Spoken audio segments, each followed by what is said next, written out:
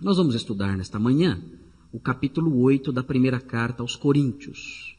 Nós temos aqui uma fotografia do Olimpo, um templo no Olimpo. O Monte Olimpo era, dentro do paganismo grego, a morada dos deuses. Os pagãos acreditavam numa variedade imensa de deuses que controlavam a vida das pessoas em cada aspecto do viver. O homem da antiguidade não era um homem livre, não era um homem feliz, como as pessoas tendem a crer.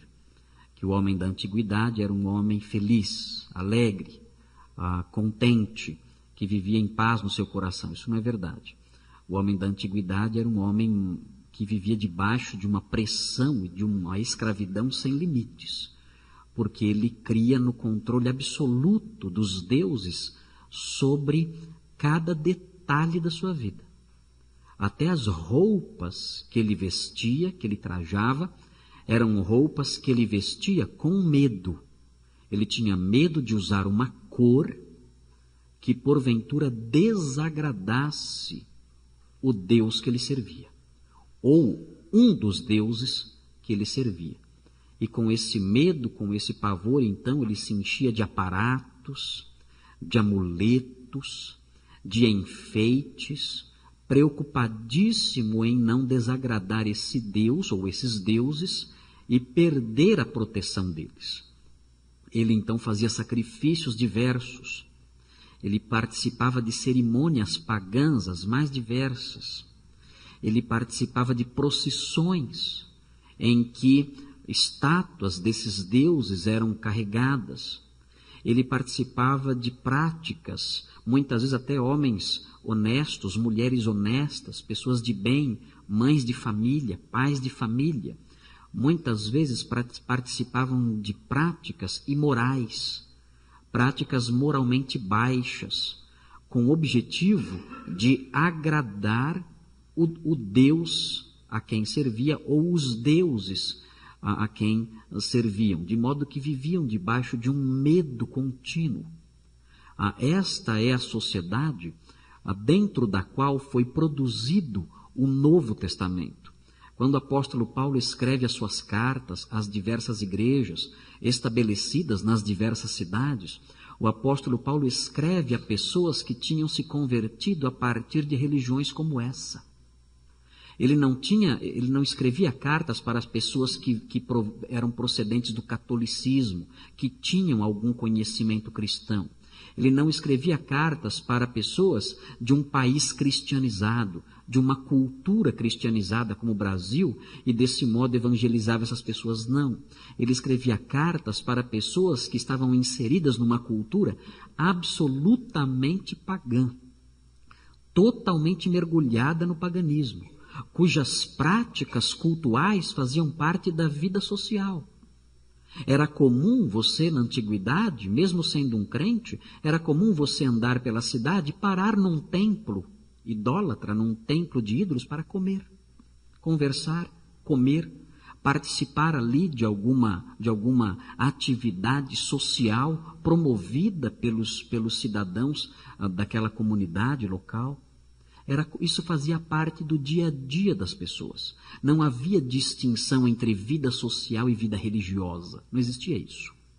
As pessoas que se convertiam, elas tinham que romper totalmente, não só com a religião anterior, mas elas sofriam também um rompimento, elas sofriam também uma cisão, eram levadas a realizar uma cisão, um rompimento com a própria sociedade. Porque a vida religiosa estava profundamente amalgamada, mesclada com a vida social. Era muito difícil romper com a religião sem romper também com a amizade das pessoas, com o convívio social dentro da cidade onde os cristãos viviam.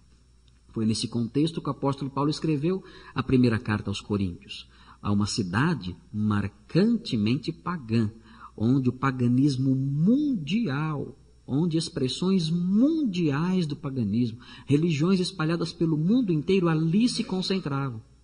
por ser uma cidade onde passava a rota comercial do Oriente para o Ocidente e vice-versa, por causa disso, ali se concentravam pessoas do mundo inteiro. E essas pessoas traziam ali para aquela cidade as mais diversas expressões da religião pagã espalhada pelo mundo. Nós vamos estudar o capítulo 8 hoje e vamos compreender melhor o capítulo 8, colocando o capítulo 8 sobre esse pano de fundo do paganismo que eu, grosso modo, passei para os irmãos agora. Diz assim o capítulo 8. Com respeito aos alimentos sacrificados aos ídolos, sabemos que todos temos conhecimento. O conhecimento traz orgulho, mas o amor edifica. Quem pensa conhecer alguma coisa, ainda não conhece como deveria. Mas quem ama a Deus, este é conhecido por Deus.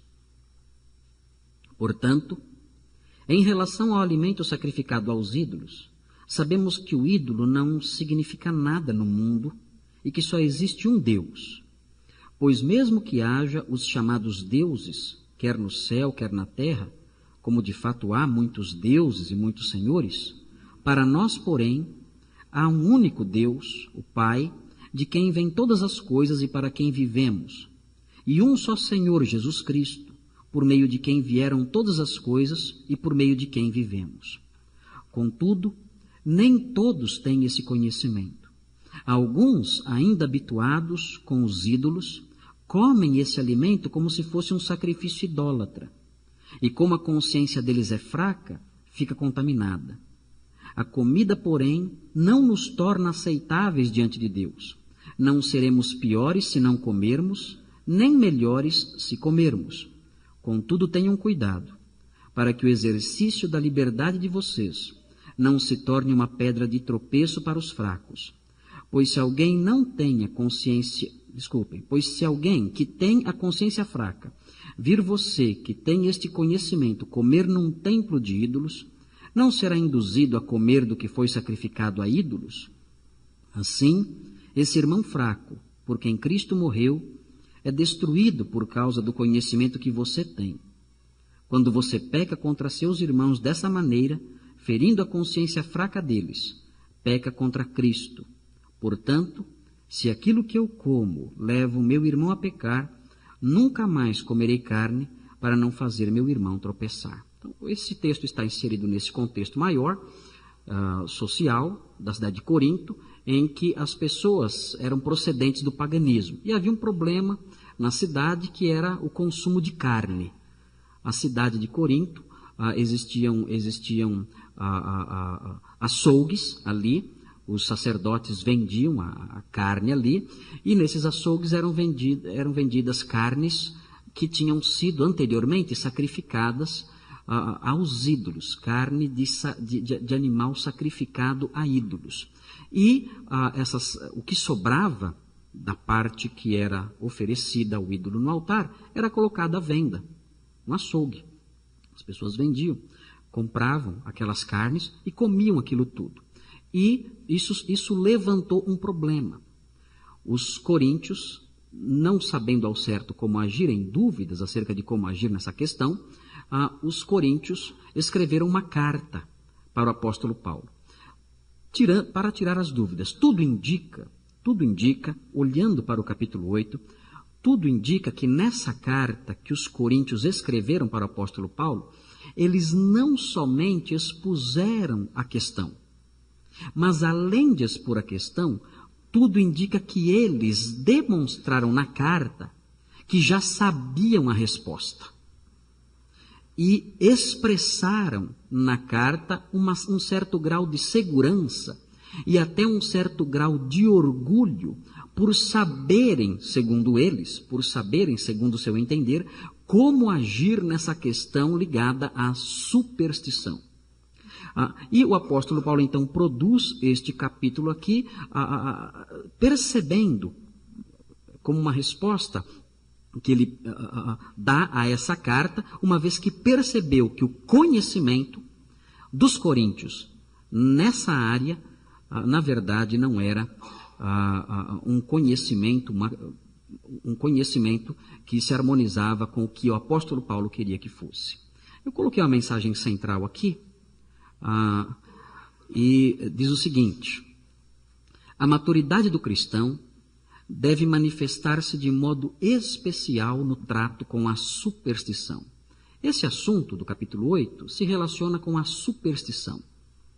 Como o crente deve lidar com essas questões ligadas à superstição? Em Corinto havia esse problema. Eu posso comer uma carne que foi oferecida a um Deus falso? Eu posso comer uma comida que foi oferecida a um santo católico? Seria talvez uma forma moderna de colocar o problema. Se alguém faz alguma comida e oferece essa comida a um santo, eu posso comer isso ou não posso? A questão era mais ou menos essa em Corinto. Essas carnes que oferecem aos ídolos e que são vendidas depois no açougue, eu posso comer essas carnes ou não? O apóstolo Paulo mostra nesse texto que para tratar com a superstição é necessário maturidade. E maturidade que se apresente de um modo especial. Nós vamos ver então, vamos ver agora aqui, 3 traços da maturidade cristã. Ao lidar com essas questões, como nós podemos expressar a nossa maturidade? Nós temos o primeiro traço da maturidade cristã, que aparece aí, que é o amor edificante. Vejam com atenção o versículo 1. Observem, os irmãos, o versículo 1, acompanhem aqui junto comigo. Diz assim: com respeito aos alimentos sacrificados aos ídolos, sabemos que todos temos conhecimento. O apóstolo Paulo está sendo irônico aqui. Ele está dizendo o seguinte: olha, vocês pensam que sabem tudo. Acerca desse problema, vocês acham que são conhecedores de todas as coisas. E ele diz na sequência: o conhecimento traz orgulho, mas o amor edifica. O que estava acontecendo com os coríntios? O grande problema dos coríntios é que eles se achavam sabedores de tudo. Os coríntios consideravam o seu conhecimento um conhecimento acima de todos os demais. E eles se orgulhavam disso. Eles se orgulhavam achando que conheciam mais do que qualquer um. O apóstolo Paulo, quando percebe isso, quando vê isso na carta que os coríntios escreveram para ele, o apóstolo Paulo censura essa postura de modo irônico. Ele fala: olha, vocês se gabam do seu conhecimento. Acerca dessas coisas, vocês se apresentam como pessoas que conhecem tudo. E ele completa dizendo: só que tem um problema com vocês. Vocês podem até ter conhecimento, mas falta a vocês algo anexo ao conhecimento. Falta a vocês amor que se mescle com o conhecimento. Só o conhecimento vai produzir em vocês orgulho, como de fato tem produzido. Vocês são pessoas orgulhosas. Falta a vocês amor. E ele vai mostrar na sequência como o fato de conhecer algo sem amor é prejudicial. Na sequência ele vai mostrar que aquelas pessoas que conheciam a verdade usavam esse conhecimento sem se importar com o irmão. Usavam aquele conhecimento desprezando o irmão que não tinha aquele conhecimento. Usavam aquele conhecimento para se ensoberbecer e até para destruir. Não se preocupavam com a vida do outro. E esse é um grande problema de muitas pessoas. Muitas pessoas têm essa dificuldade. Quando conhecem algo, quando sabem algo e veem que o outro não sabe, e o outro, por não saber, se comporta de modo errado, os que sabem desprezam os que não sabem, ridicularizam os que não sabem, se colocam acima dos que não sabem. Em Corinto acontecia isso. Quando se tratava das questões das carnes sacrificadas aos ídolos, havia um desprezo. Os que sabiam das coisas comiam a carne e desprezavam aqueles que não comiam. humilhavam aqueles que não comiam, taxando-os de ignorantes. O apóstolo Paulo diz: vocês têm conhecimento, mas não têm amor pelas pessoas. Esse é o problema de vocês. Aí em Corinto, diz o apóstolo Paulo, esse é o grande problema. É o que reina aí. Vocês sabem tudo. Vocês conhecem tudo. Vocês são profundos conhecedores da verdade. Vocês não precisam de ninguém. Vocês não precisam de nenhum professor. Vocês estão acima até de mim. Até eu, que gerei vocês, sou desprezado por vocês. Até as minhas cartas e a minha presença é desprezada por vocês, porque vocês são conhecedores de tudo. Vocês estão acima de tudo. Vocês sabem todas as coisas. Mas o problema de vocês é que esse conhecimento profundo que vocês têm é um conhecimento que os reprova, que os leva à reprovação, porque é um conhecimento sem amor. Vocês não amam as pessoas. Vocês sabem a verdade, mas não amam os irmãos. Vocês conhecem o certo, mas não amam a pessoa que está ao seu lado. E quando isso acontece, vocês revelam que vocês não têm amor pelo próprio Deus. Vocês não amando o irmão de vocês, vocês revelam falta de amor pelo próprio Deus. Ele fala, não basta conhecer as coisas de Deus. É necessário ser conhecido por Ele. É necessário ter intimidade com Ele. E essa vida de intimidade com Ele faz com que você junte, anexe ao seu conhecimento o amor pelos irmãos. Quantas pessoas nós conhecemos que desprezam o convívio da igreja? E desprezam o convívio da igreja. Desprezam estar com os irmãos da igreja, porque se julgam sabedores de tudo. O que eu vou aprender na igreja? O que o pastor pode me ensinar? Eu sei muitas coisas, sei tudo. Nada me será acrescentado. O que me pode ser acrescentado na igreja? Para que eu vou fazer o favor de estar lá com os irmãos, se eu já sei tudo? E às vezes isso é verdade.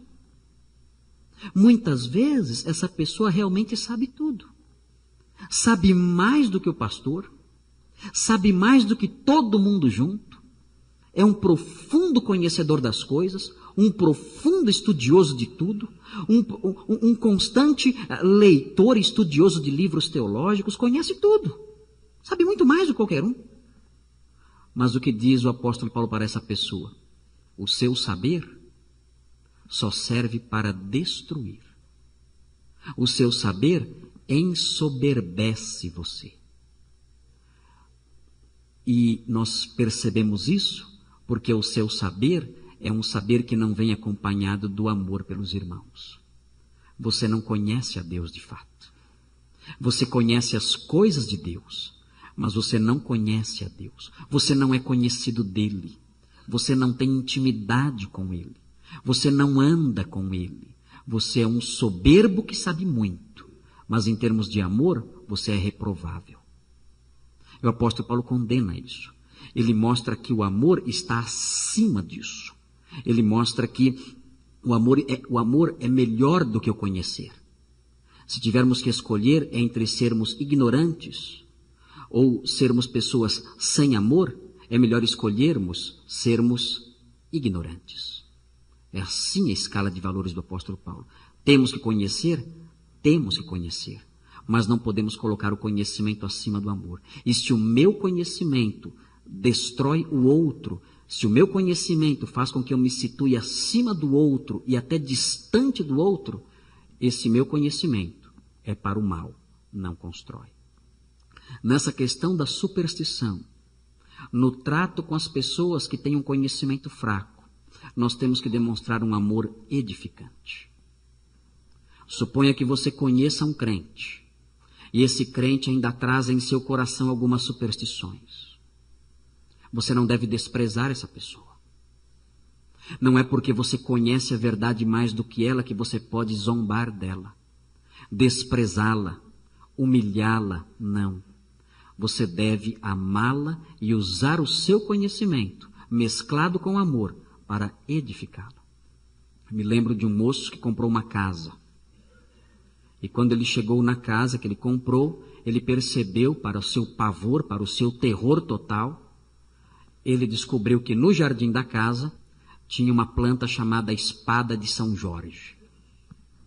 Ele ficou em pânico, desesperado. E agora? Comprei uma casa amaldiçoada. Comprei uma casa satânica. Comprei uma casa onde há uma planta do demônio. O que eu vou fazer agora? Qual será o meu procedimento agora? Como devo agir? Acho que eu vou chamar o pastor, fazer um culto aqui na casa para fazer uma espécie de benzimento evangélico, né? E quebrar as maldições que procedem da planta dessa espada de São Jorge. O que acontece com essa pessoa? Ela ainda traz superstições do mundo. Ela ainda traz crendices do mundo. Ela é um crente fraco. Ela não adquiriu ainda o conhecimento para perceber que quem fez aquela planta, quem criou aquela planta, quem fez aquela planta para a sua glória, foi Deus, não foi Satanás. Aquela planta foi criada por Deus para a sua glória, para o seu louvor, para embelezar o mundo, para o nosso bem-estar, para que vejamos as obras de Deus e o glorifiquemos. Aquele homem não tinha esse conhecimento ainda. O que fazer? Rir dele? Zombar dele? Desprezá-lo? Criticá-lo? Não. O saber ensoberbece. E os que conhecem essas coisas podem muitas vezes se ensoberbecer e zombar da pessoa, mas não deve ser assim. O apóstolo Paulo diz, vocês devem amar o fraco. Vocês devem mostrar para essa pessoa um afeto especial. Diante da superstição, não despreze, não humilhe, ame essas pessoas. Nós vivemos num país em que os evangélicos são muito supersticiosos, muito supersticiosos. Os evangélicos, eles chegam em casa e se eles percebem que tem ali um livro na casa, alguma coisa, um livro de espiritismo, já encostaram a mão no livro, estou sob maldição. E tem medo de serem amaldiçoados, tem medo de tantas coisas. Houve um tempo aí em que os evangélicos estavam queimando tudo em casa.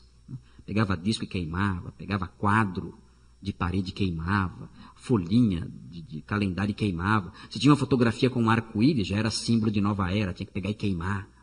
Uma série de superstições tolas, absurdas, coisas sem o menor sentido. O nosso povo é marcado por essas coisas, por superstições.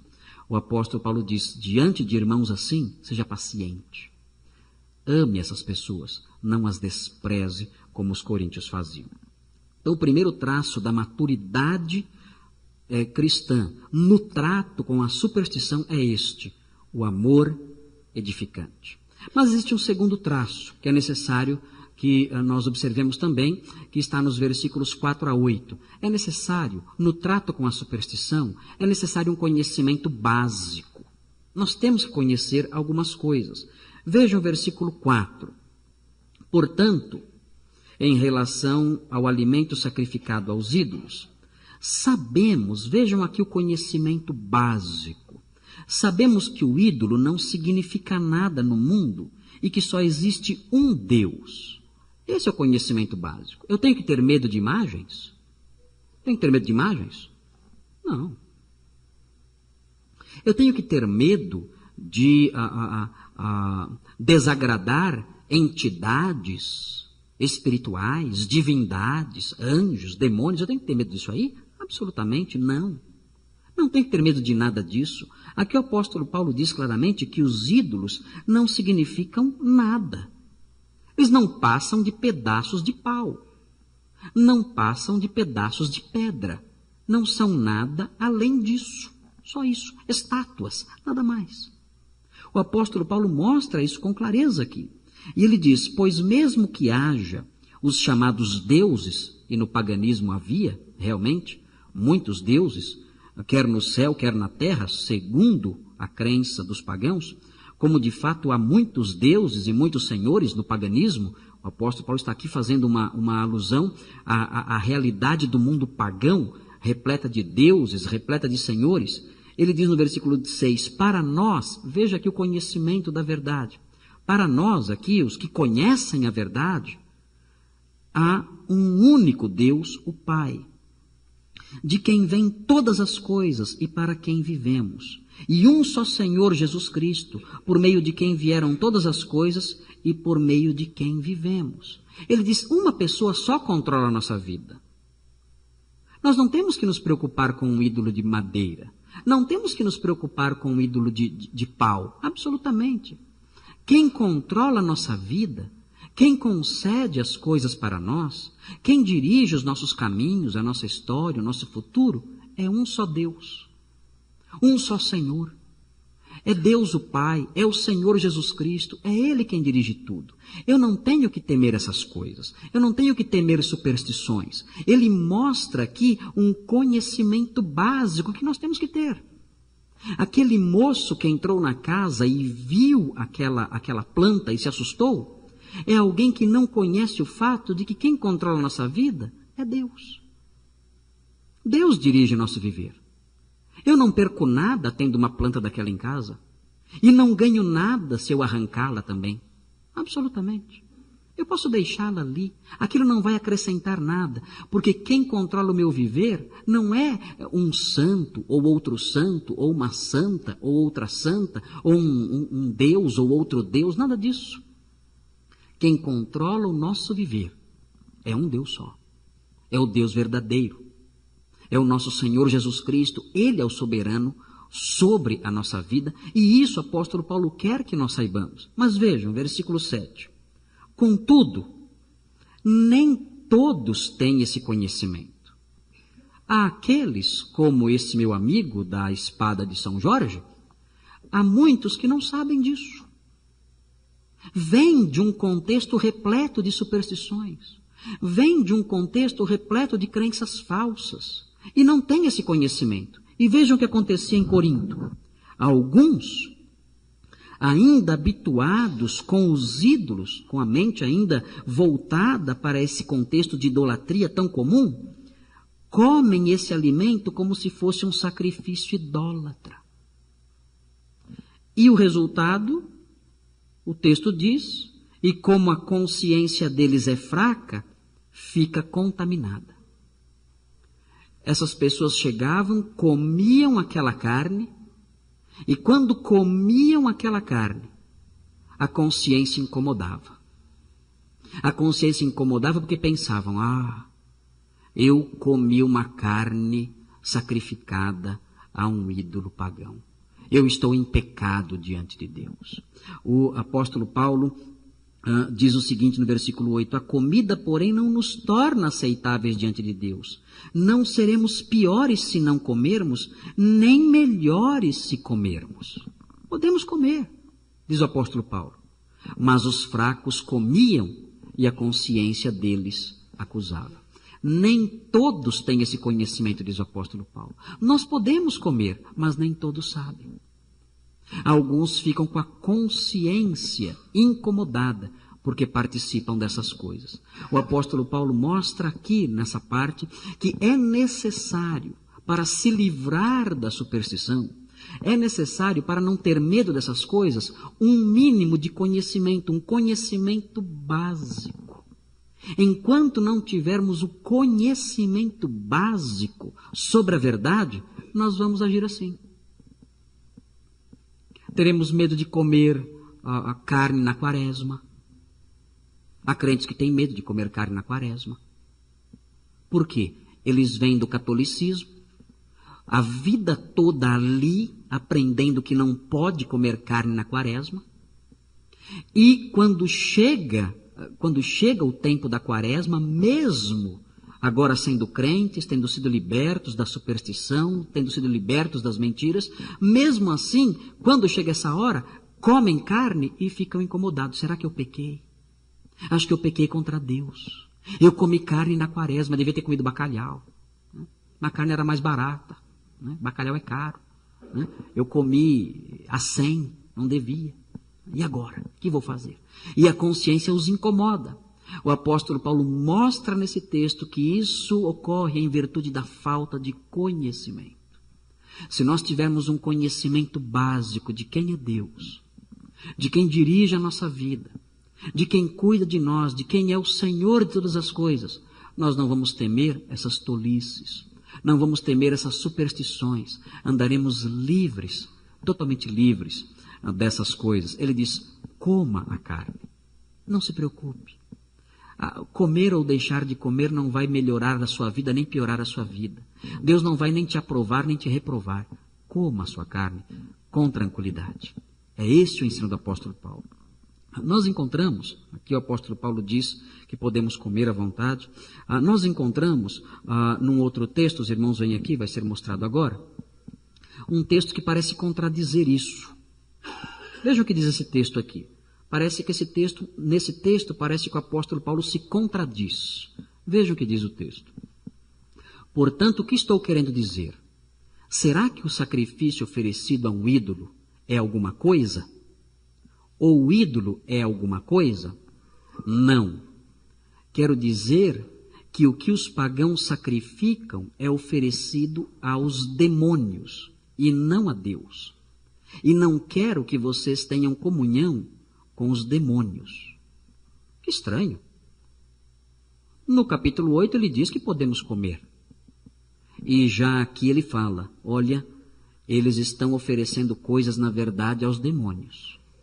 E eu não quero que vocês participem disso. Será que o apóstolo Paulo escreveu o capítulo 8, depois escreveu o 9, quando chegou no capítulo 10 mudou de ideia? Pensou bem, falou, pensando bem, acho que não é bom não. Vou mudar de ideia, vou dar outra orientação porque esta não é boa. Será que foi isso? Não, não é isso. O apóstolo Paulo aqui neste capítulo está tratando de um problema diferente. No capítulo 8 ele fala da carne vendida no açougue. Ele fala da carne que a pessoa, que o coríntio ia até o açougue e comprava e comia. Aqui ele está falando da carne comida durante a cerimônia. A cerimônia pagã. Ele diz, se vocês forem a um templo pagão e ali participarem da cerimônia ali e comerem ali com os pagãos, seria o comer cultual, seria um comer voltado para o aspecto religioso, participando ali no templo com os pagãos. Se vocês fizerem isso, vocês vão estar participando dos demônios, do que é oferecido aos demônios. Estarão tendo comunhão com os demônios. Essa é a diferença. No capítulo 8, é o comer do que você compra no açougue. Aqui no capítulo 10, é o comer no templo. É participar das festividades. É participar dos cultos. É participar da adoração dos deuses. É esse o problema que ele está enfrentando aqui. E isso ele fala, isso vocês não devem fazer. Por que ele diz isso? Porque os coríntios tinham chegado a conclusões erradas. Os coríntios pensavam o seguinte, bem, o ídolo não é nada? Não é nada. Então o ídolo é um vácuo, é algo vazio, exatamente. Bom, se o ídolo não é nada, eu posso ir no templo dos ídolos e posso comer o que eu quiser, porque na verdade o ídolo não é nada. Eles estavam certos, mas eles estavam se esquecendo de outras coisas. Que existiam os fracos, as pessoas fracas, que poderiam ver aquela conduta e poderiam não entender e poderiam se contaminar participando daqueles rituais. Eles tinham conhecimento sem amor. Por isso o apóstolo Paulo escreve esse texto agora aqui no capítulo 10. Ele fala, na verdade, vocês não estão tão certos assim não. Porque ainda que o ídolo não seja nada, ainda que o ídolo não represente coisa alguma, vocês participarem das reuniões pagãs, isso faz com que vocês tenham comunhão com os demônios. E isso não pode. É aí a diferença entre o capítulo 8 e o capítulo 10. No capítulo 8 é o comer em casa. É comprar a carne sacrificada e comer em casa. No capítulo 10 é ir até o templo. E juntamente com os pagãos, participar de uma refeição idólatra. Mas há um terceiro item, um terceiro elemento que compõe a maturidade cristã. Quando nós vamos tratar com a superstição, nós temos que expressar alguns elementos da maturidade cristã. Temos que mostrar amor, um amor que constrói. Temos que mostrar conhecimento, um conhecimento básico. E nós temos também que mostrar na nossa maturidade, temos que mostrar também uma liberdade cuidadosa. Nós somos livres? Somos. Nós podemos comer qualquer coisa? Podemos. Nós podemos comer carne de porco? Podemos. Há certas seitas que falam que não. Nós podemos comer carne na quaresma? Podemos. Nós podemos participar de qualquer tipo de refeição? Podemos. Existe algo proibido para nós? Não. Nós podemos ter uma plantação de espada de São Jorge no quintal de casa? Podemos? Podemos. Podemos ter comigo ninguém pode em casa? É outra planta também que dizem que é. Né? Dizem que é perigosa, né? Comigo ninguém... Olha o nome da planta, comigo ninguém pode. Podemos ter em casa uma comigo ninguém pode? Podemos. Podemos ter arruda em casa? Quiser plantar arruda? Pode ter em casa? Pode. Nós temos plena liberdade. Mas essa liberdade que nós temos, nós devemos desfrutar dela de modo cuidadoso. Nós temos que tomar cuidado para que o exercício da nossa liberdade não leve o nosso irmão ao mal, não leve o nosso irmão ao pecado. Vejam aí o versículo 9, observe. Contudo, tenham cuidado para que o exercício da liberdade de vocês não se torne uma pedra de tropeço para os fracos. Continue a leitura. Pois se alguém que tenha consciência fraca vir você, que tem este conhecimento, comer num templo de ídolos, não será induzido a comer do que foi sacrificado a ídolos? Veja o que faziam lá em Corinto. Os maduros, os que tinham conhecimento, diziam, o ídolo não é nada. A gente pode comer a carne em qualquer lugar, mesmo lá com eles, mesmo lá no templo, podemos comer essa carne porque isso não é nada. Mas Paulo diz, vocês têm conhecimento, mas não têm amor. Um outro irmão que não tem esse mesmo conhecimento, vai ver você comendo socialmente. E sabe o que vai acontecer com ele? Ele vai comer também. Só que ele, que tem a consciência fraca, comerá, de algum modo, religiosamente.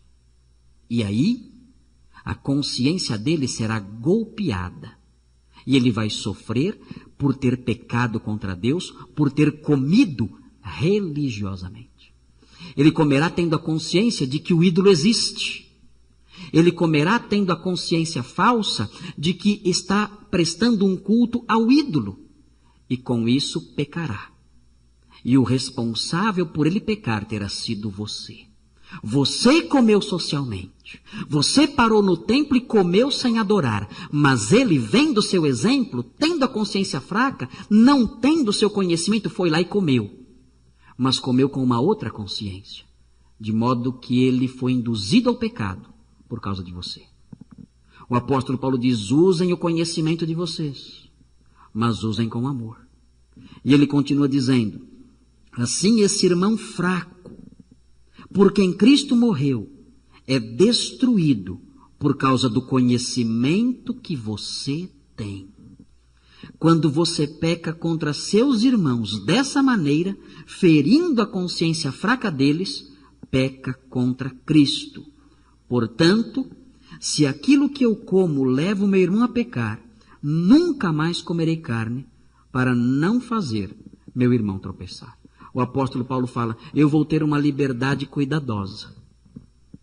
Eu não vou lá no templo comer, mesmo sabendo que aquilo não é nada. Mesmo sabendo que até posso ir lá e comer, que lá não vale nada. Mesmo sabendo disso. Eu não vou fazer isso. Não vou fazer isso porque um irmão meu pode pecar. E se isso vai fazê-lo pecar, eu nunca mais vou colocar um pedaço de carne na boca. O texto é muito enfático. O texto do apóstolo Paulo diz: enquanto existir mundo, eu nunca vou colocar um pedaço de carne na boca. Imaginaram? É bastante tempo. Nunca mais na minha vida, enquanto o mundo existir, eu não vou comer, para não levá-lo ao pecado. O apóstolo Paulo aumenta depois esse ensino, e ele diz que há uma outra razão que nós já mencionamos para não ir no templo dos ídolos. Há uma outra razão, não só para que o irmão não seja induzido a participar da cerimônia ali e coma e peque, mas também porque aquelas cerimônias são demoníacas, eu não devo participar. Ele diz no capítulo 10, por isso, meus amados irmãos, fujam da idolatria. Vocês não cheguem perto desses templos, se afastem disso. Vocês não podem beber o cálice do Senhor e do cálice dos demônios. Não podem participar da mesa do Senhor e da mesa dos demônios. Ele fala, se afastem disso. Se afastem por duas razões. Primeiro, um irmão seu que não tem conhecimento pode pecar comendo religiosamente ao ver você ali. Segundo, você estando ali, de um modo ou de outro, você está unido a pessoas que estão adorando demônios.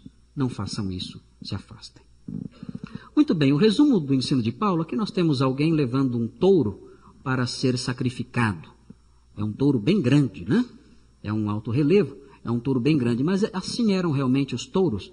Na antiguidade, os sacrifícios que eram feitos a Júpiter, esses sacrifícios eram feitos com animais imensos, animais muito grandes.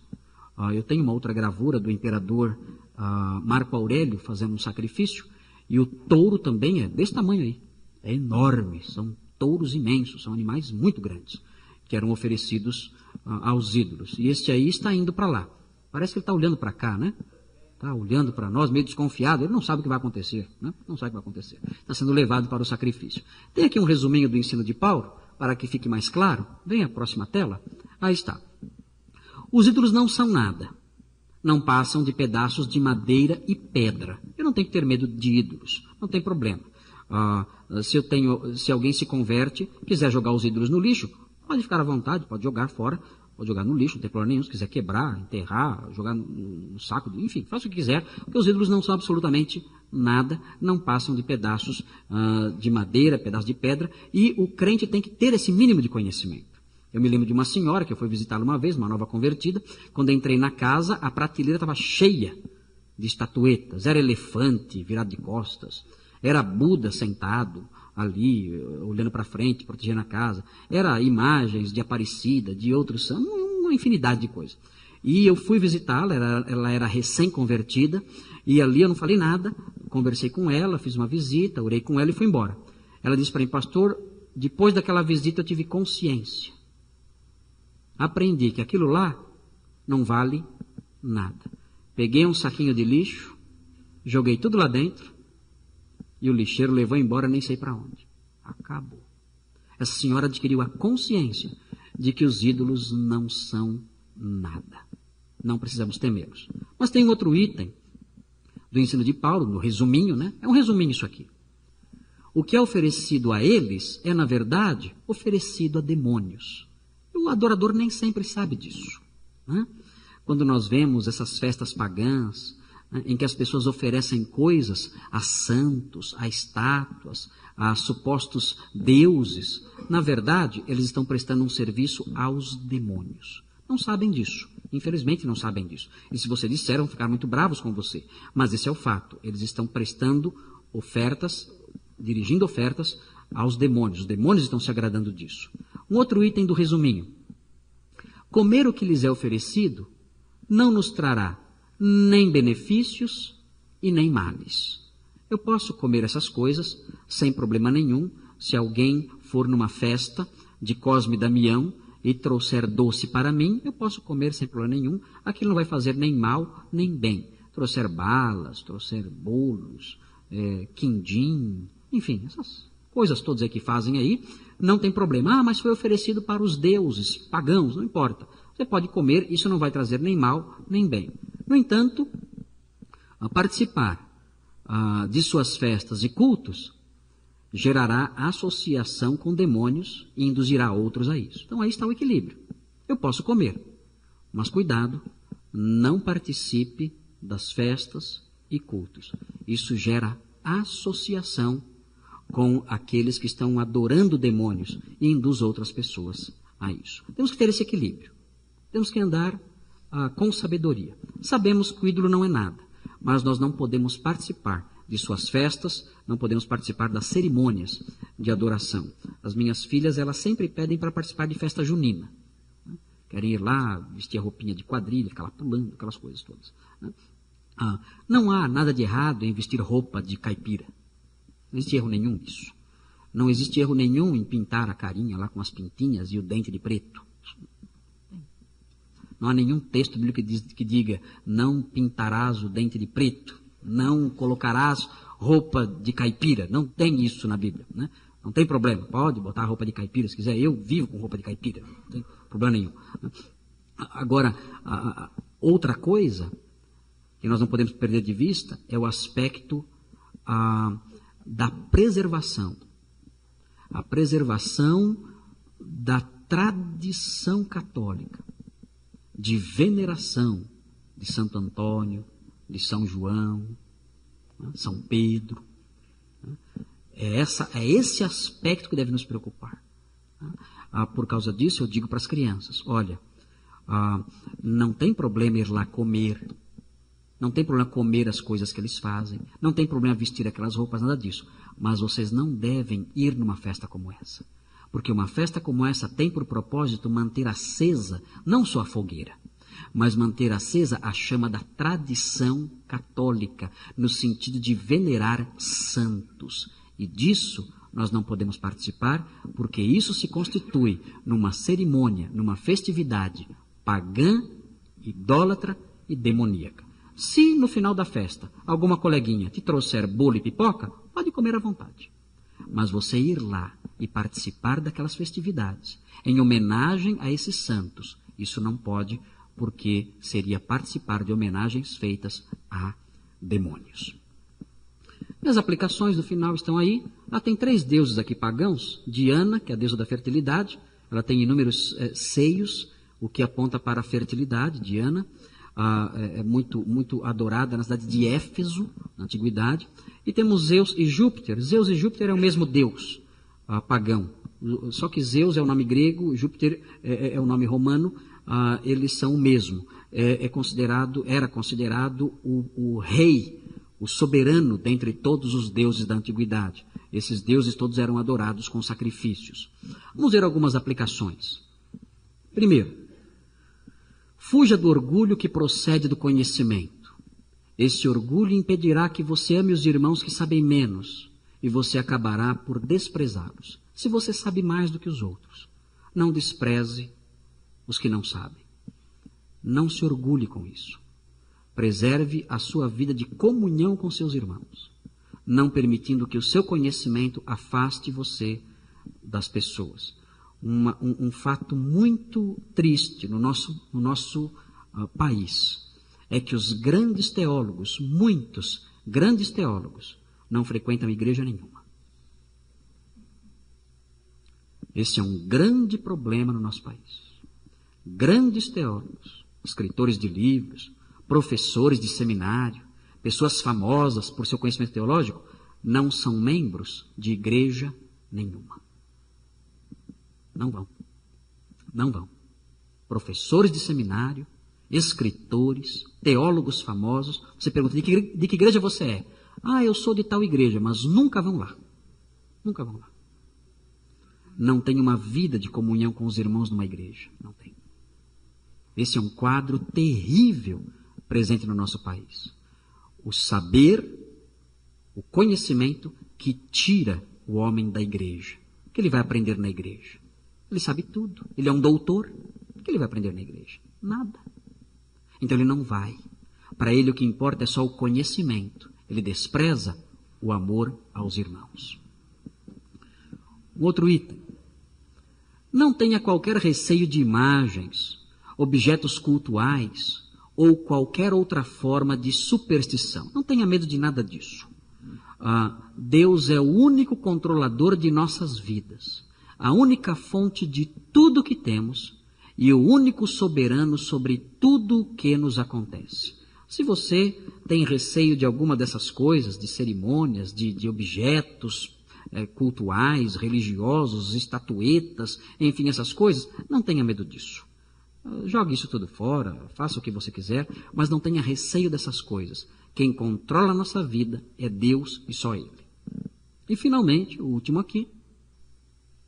Evite fazer coisas que induzam irmãos mais simples ao pecado. Algumas liberdades que tomamos podem ser mal interpretadas e levar os menos esclarecidos por um caminho errado. Seja sensato. Prive-se de qualquer coisa que possa levar seu irmão à queda. Evite. Qualquer coisa que você tenha direito de fazer. Se você percebe que um irmão seu pode ser levado ao pecado por causa disso, não faça. Eu comentei no culto de quarta-feira, é por isso que nós os crentes não bebemos. A Bíblia proíbe beber algo alcoólico? Não. A Bíblia não proíbe beber nada alcoólico. Não proíbe. Pelo contrário. A Bíblia até ensina que Jesus transformou água em Coca-Cola, né? Não. Transformou água em vinho. Não transformou água em refrigerante, nem em suco de uva ou de maracujá. Ele transformou água em vinho. E vinho tem álcool. Ah, não, mas era suco de uva. Era nada, era vinho. Não existia suco de uva. É vinho. Ele transformou água em vinho. A Bíblia não proíbe nada disso, de beber bebida alcoólica. Por que nós não bebemos? Por que não bebemos? Nós não bebemos porque sabemos que essa conduta pode levar um irmão nosso ao pecado. Pode acontecer de um irmão nosso que é fraco, ele pode começar a beber e não ter controle sobre si. E pode envergonhar o Evangelho. E pode se tornar um escravo da bebida. Por causa da nossa liberdade, o irmão que é fraco cai, é destruído, peca. Então a Bíblia diz, se é assim, nunca mais beba nada, para evitar que o seu irmão peque. Haja assim. Evite fazer qualquer coisa que possa conduzir o seu irmão ao pecado. Vamos orar pedindo a Deus que nos dê essa maturidade no trato com as diversas crenças, superstições e fraquezas dos homens. Senhor Deus, queremos pedir que o Senhor nos dê sabedoria, porque vivemos num país onde as pessoas trazem marcas tão terríveis de superstição, crenças falsas, tolices que aprenderam ao longo da vida, e tem dificuldade de se livrar delas. Ó Deus, ajuda cada um de nós para que sejamos maduros e ao tratar com essas coisas tenhamos um amor que edifica, tenhamos um conhecimento básico para não abraçarmos essas coisas. Que nós também saibamos usar a nossa liberdade com cuidado e que dessa maneira a maturidade verdadeira se manifesta na nossa vida, através do amor edificante, do conhecimento fundamental, da liberdade cuidadosa. E assim não destruamos os que são fracos, não desanimemos os que são fracos, e o nosso conhecimento e liberdade não gerem, ó Deus, a ocasião para que os menos conhecedores sejam levados ao pecado. Pedimos isso em nome de Jesus. Amém.